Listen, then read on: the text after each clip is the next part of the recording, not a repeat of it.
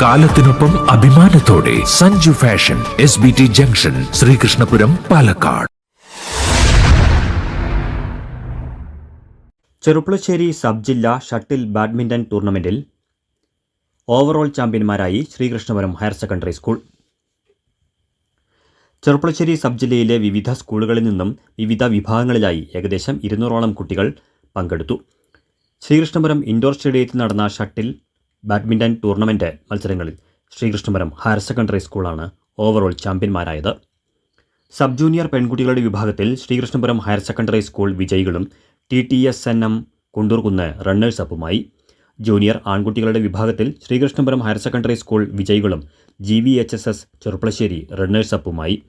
Junior ആൺകുട്ടികളുടെ വിഭാഗത്തിൽ Sreekrishnapuram higher secondary school വിജയികളും TSNM കുണ്ടൂർകുന്ന് റണ്ണേഴ്സ് അപ്പുമായി.